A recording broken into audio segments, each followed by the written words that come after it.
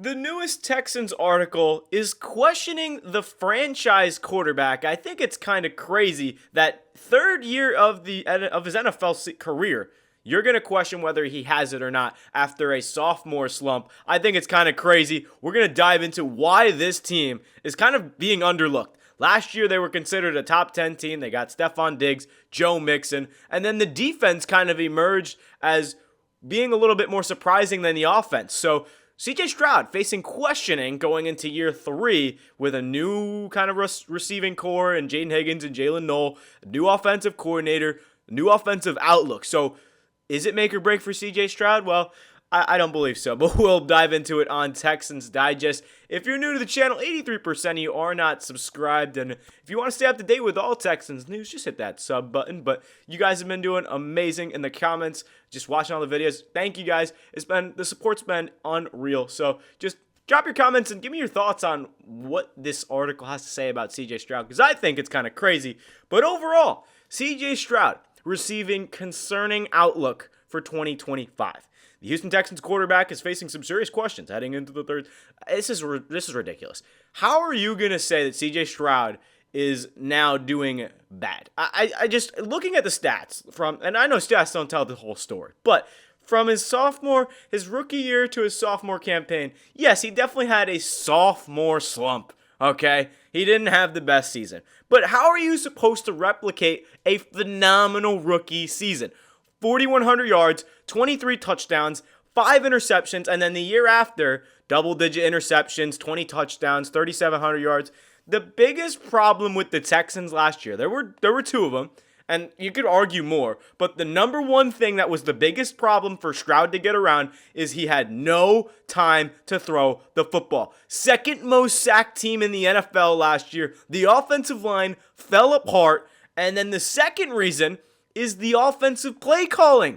Bobby Slowick was absolutely terrible last season calling plays.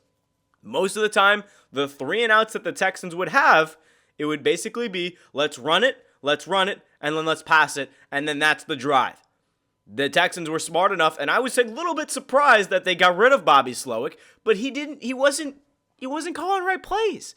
And that's where you can't put all the blame on Stroud. And the big difference from his rookie year to his sophomore campaign is the Texans did not have that big of a run game. And the funniest thing is they ran the ball almost double. Well, he passed the ball more in his sophomore year than he did in his rookie year. And that's mainly because the fact that the Texans were down in a lot of games. That's first thing. And then the second thing is the fact that there was no wide receiver help. So Stroud kind of just had to throw it here, right, left. So look at the schedule last season. The Texans found themselves down in a few games. The Vikings game was an onslaught. It was bad. The Packers game, they should have won. The Lions game, they definitely should have won. I watched that one, and I lost my mind. The Titans game got away from them. The defense, that was probably the worst game they played all season.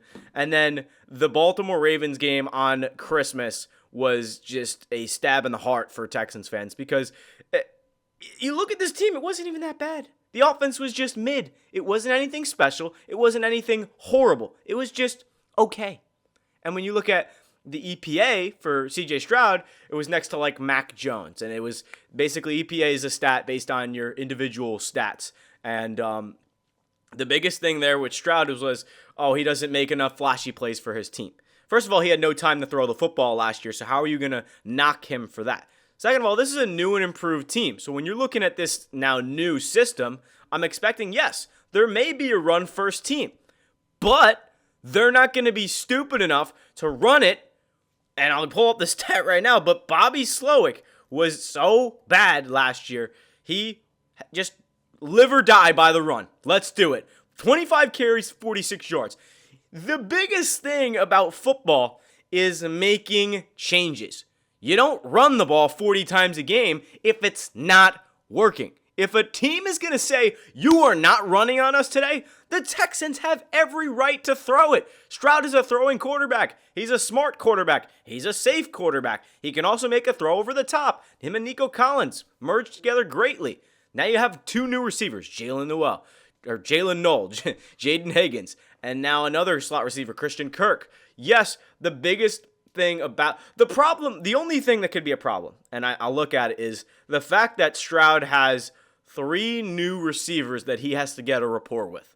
That is probably, other than learning a new offense, that's the only other thing to where I could be like, that could be an issue for Stroud. You would expect the Texans to improve from year 1 to year 2 with CJ Stroud because of the same offense, but it almost got worse. And Bobby Slowick went from a top 10 offense in the league in Stroud's rookie year to a top 20, offense, and it was like around the 18th mark.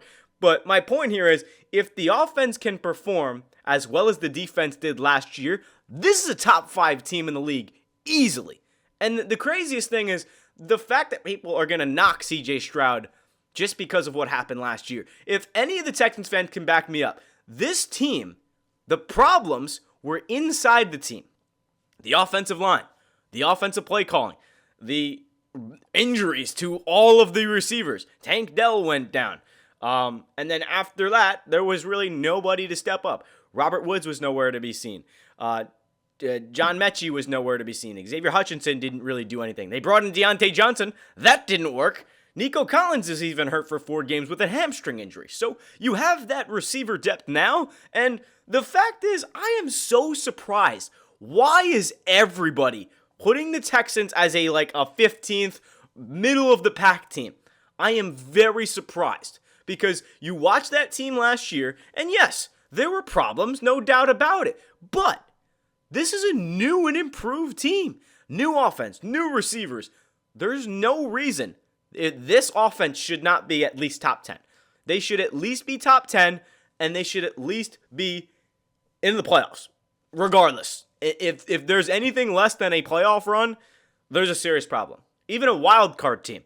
I would be shocked if the Jaguars came out and won 12 games, or the Colts outranked the Texans and had this major crazy season. But I mean, it's still possible. I'm not going to outrule it. However, looking at this team for the future, there is no reason to question whether CJ Stroud is going to make it in his 3rd season in his NFL career. There is no reason to put pressure on this quarterback, not to mention he's going to continue to get better. And his outlook on just how he's been has been so incredible. So I'm going to give CJ Stroud the benefit of the doubt here, and I'm going to blame the offensive line, the offensive play calling, and the injured wide receiving core that happened last season. So yes, the team's not perfect. You could have a better tight end. You can have a better offensive line. You could have a better receiving core. But as the Texans stand right now, they are a good team. And honestly, I wouldn't be surprised if they shock a few teams. Now, the problem is, looking at the schedule from last season, and then thinking about the schedule for this season, it's going to be a harder schedule. 2 years in a row, you're the division winner, and you got some tough divisions you're going to play. So that's where you're going to question it a little bit in terms of, when the schedule release does happen later tonight. We talked about it earlier in the season. There's a few games on there where it's going to be rough. But regardless, I'm expecting at least 9 wins, and then hopefully be around the 10 to 12 win mark. That's what I'm looking for. And if the offense can make that improvement from last year, that's all I'm looking for. That improvement is huge. So they could keep the run game with Mixon. They got Woody Marks now, so that should be a good 1-2 punch. They got the receiving core with Noel being in. They can put him in motion if they want. Maybe it looks like the Rams offense a little bit when you have Noel and Kirk in the slot and you're just moving guys around. But this could be a rotating receiving core if Kirk stays healthy. So, I mean, look at this team. And looking at the numbers from Stroud's rookie year to his sophomore year, I mean, the biggest thing about Stroud is the fact that he can run. I mean, last year, how many times did he scramble outside the pocket because the offensive line collapsed? Now, it's very possible he could stay in the offensive, pocket in terms of if the line doesn't collapse, he'll just stay in the pocket and take his time like he did in his rookie season. And if he does have that time, he's going to be a lot better. But the amount of time CJ Stroud scrambled for 20 yards, I mean, he can move. He's definitely not a bad runner. So he can use that to his ability. He's definitely no Mike Vick.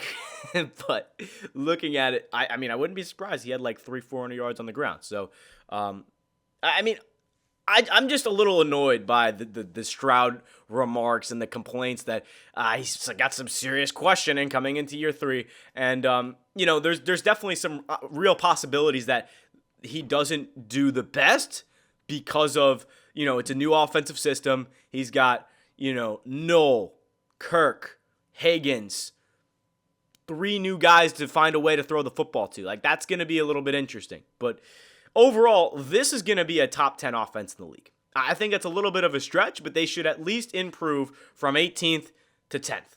Because they've done it before. They were the 11th ranked offense with Stroud in his rookie year when they barely had a run game. Now they have a run game. I want to see this offense go. I want to see it move. And I don't want to see the conservative play like Bobby Slowick had last year. Let's run the ball up in the games. And then all of a sudden we're going to throw a pick because why are we throwing the ball up 7 against the Bills and then Stroud throws 2 picks in the second half? Like, that should not happen. So a lot to improve on from last year and then the offensive play. But if the defense keeps playing like the way it was, and DeMeco Ryans manning that front with the play calling and keeping everybody in line, and hopefully the health stays. I don't want to jinx anything, but that is a big part of football as well. People staying healthy. It's an injury sport. Players are going to get injured left and right. It's how it works. But if the defense can keep up, that'll be the best possibility. I feel like realistically, it's going to sound stupid, but because the defense has been so good, I'm expecting like a slap in the face as to like what did we do last year, and now they're like this worser of a team on defense. But with DeMeco Ryans there, I feel like regardless of whoever gets hurt, hopefully everyone stays healthy. But most of the time, you're gonna trust your defense because of what they did last season. I think the offense takes a jump. It's just the defense should be able to match it based on what they did last year. It's just you need that offense to improve first. And this right here on the screen, we don't need to talk about CJ Stroud. And then if he does have a junior year, whatever it is, junior year slump, like, are we really serious right now? Say Stroud does have an average season. I could already see the articles right now. CJ Stroud, the Texans should move on from him. Do they pay him a max contract? I'm just like, really? Because we all know, Texans fans, let me know in the comments, CJ Stroud's our franchise guy. I would give him 55 right now to stay. I don't even care. This season, that doesn't prove anything. His rookie season proved that he's a veteran. He can play in this league, and he's pretty much a veteran presence. I mean, rookies don't do that their rookie year. They don't have 23 touchdowns and 5 interceptions. So, yes, he'd had a sophomore slump, but expect a big jump from the offense this season. And they're going to pay CJ Stroud probably about $55 million after this year. So, thank you guys for watching. It's been a little bit of a rant, a little bit of a ramble, but appreciate everyone hanging out. Hit that sub button if you're new. Comment down below all this craziness about Stroud and the outlook for this season. But I'm expecting a big jump from the offense. Should be a lot of fun. Again, thank you so much for watching. Hit that sub button if you're new. And we'll see you in the next video.